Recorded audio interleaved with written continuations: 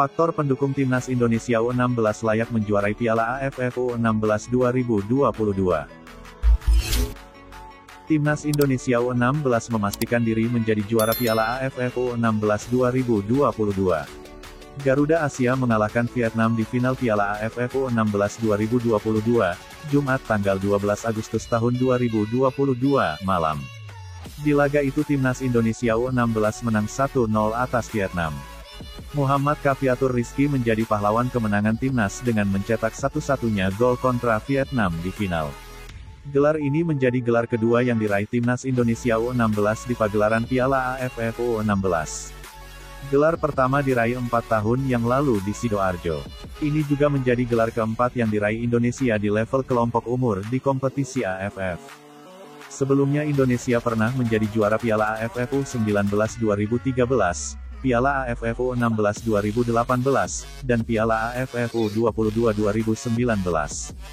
Beberapa alasan utama mengapa Timnas U16 layak menjadi juara di Piala AFF U16 2022. Salah satunya ialah kualitas skuad Timnas U16 merata. Kiper Timnas Indonesia U16, Andrika Fatir Rahman melakukan selebrasi usai menggagalkan tendangan pemain Myanmar saat adu penalti dalam laga semifinal Piala AFF U16 2022 yang mempertemukan Indonesia U16 melawan Myanmar U16 di Stadion Maguwo Harjo, Sleman. Skuad Timnas Indonesia U16 diberkahi dengan skuad yang merata di semua lini.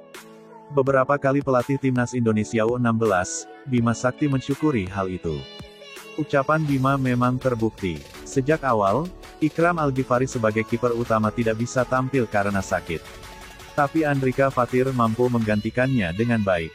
Hanif Ramadan yang menjadi andalan di fase grup tak bisa tampil di semifinal. Namun, absennya Hanif juga tak terlalu memberikan masalah berarti bagi Garuda Asia. Keberhasilan Timnas Indonesia U16 di Piala AFF U16 ini juga tak lepas dari kecerdikan Bima Sakti. Bima memiliki taktik dan strategi yang menarik. Salah satu kelebihan Bima adalah mampu menyatukan skuadnya baik di dalam maupun di luar lapangan. Secara spiritual, Iqbal Gwijangge dan kolega juga luar biasa. Mereka menjadi skuad yang disiplin berkat aturan-aturan yang dibuat oleh tim kepelatihan yang dipimpin Bima Sakti. Pemain berusia di bawah 16 tahun tentu mentalitasnya belum terbentuk sempurna. Itu yang sebenarnya dialami para pemain Timnas Indonesia U16 di Piala AFF U16 2022. Namun, perlahan mereka mampu mengatasi hal itu. Mereka bisa tampil tenang meski di hadapan puluhan ribu penonton di Stadion Maguwo Harjo, terutama di babak final. Skuad Garuda Asia menjadikan padatnya supporter itu sebagai tambahan energi dan motivasi di lapangan. Bukan justru menjadi beban bagi mereka. Bima Sakti sudah melakukan seleksi pemain sejak awal tahun 2022 lalu. Berbagai persiapan pun sudah dilakukan sebelum berlaga di Piala AFF U16 2022. Ajang tersebut baru dimulai pada tanggal 31 Juli tahun 2022. Namun, skuad Garuda Asia sudah berada di Yogyakarta sejak tanggal 11 Juli tahun 2022. Mereka menjalani persiapan dengan sangat serius. Berbagai program latihan keras dijalani Rizky Afrizal dan kawan-kawan demi meraih hasil yang maksimal. Satu lagi kunci keberhasilan Timnas Indonesia U16 menjadi juara di Piala AFF U16 2022 adalah dukungan yang luar biasa. Baik dari supporter, federasi, juga pemerintah Indonesia. Supporter memberikan dukungan moral dengan maksimal. Sementara itu, federasi dan pemerintah menyediakan segala hal yang diperlukan oleh skuad Timnas Indonesia U16 selama Piala AFF U16 digelar di Sleman. Selain kemampuan pemain dan pelatih, dukungan dari supporter, federasi, dan pemerintah memang sangat diperlukan untuk meraih prestasi. Witan Sulaiman dapatkan hasil lebih baik dari Egy Maulana Fikri di laga debutnya. Dua pemain Timnas Indonesia, Egy Maulana Fikri dan Witan Sulaiman mendapat kesempatan menjalani debut bersama klub barunya. Seperti yang diketahui, Egy Maulana Fikri dan Witan Sulaiman kompak memilih melanjutkan kariernya di Liga Slovakia. Egy Maulana Fikri tergabung dalam klub FC Vionslet Moreivis. Sedangkan Witan Sulaiman menjadi bagian dari AS Trencin. Tak butuh waktu lama bagi kedua pemain tersebut untuk melakoni laga debutnya. Egy Maulana Fikri mendapatkan kesempatan bermain dalam laga yang mempertemukan FC Vionslet Moreivis versus MSK Žilina pada Sabtu, tanggal 13 Agustus tahun 2022.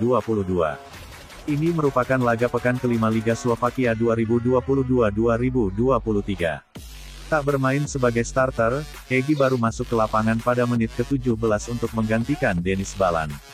Penampilan pemain berusia 22 tahun itu sendiri bisa dikatakan cukup baik. Bahkan Egy sempat mempersembahkan hadiah penalti untuk FC Vionslet Moreivis pada menit ke-53 setelah tendangannya mengenai tangan dari pemain MSK Žilina di kotak terlarang. Hanya saja peluang yang ada gagal dimanfaatkan menjadi gol oleh eksekutor penalti FC Vionslet Moreivis Thomas Dudek. Malapetaka menghampiri FC Vionslet Moreivis yang harus kebobolan pada menit ke-76 lewat tendangan keras David Duris.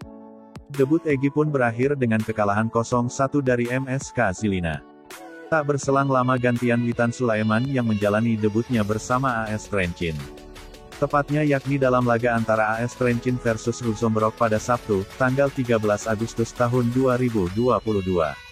Sama seperti Egy Maulana Fikri, Witan juga tampil dari bangku cadangan. Pemain bernomor punggung 78 ini baru memasuki lapangan pada menit ke-74 untuk menggantikan Lukas Demitra. Terkait hasil, Witan mampu membantu AS Trenčín mengamankan 1 poin.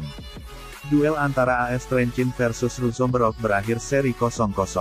Sementara itu, di papan klasemen sendiri AS Trenčín memiliki posisi yang lebih baik ketimbang FC Vionslet Moreivis. AS Trenčín kini berada di peringkat ke-8 dengan 5 poin. Sedangkan FC Sletvion Moreivis harus mendekam di dasar klasemen dengan raihan 2 poin.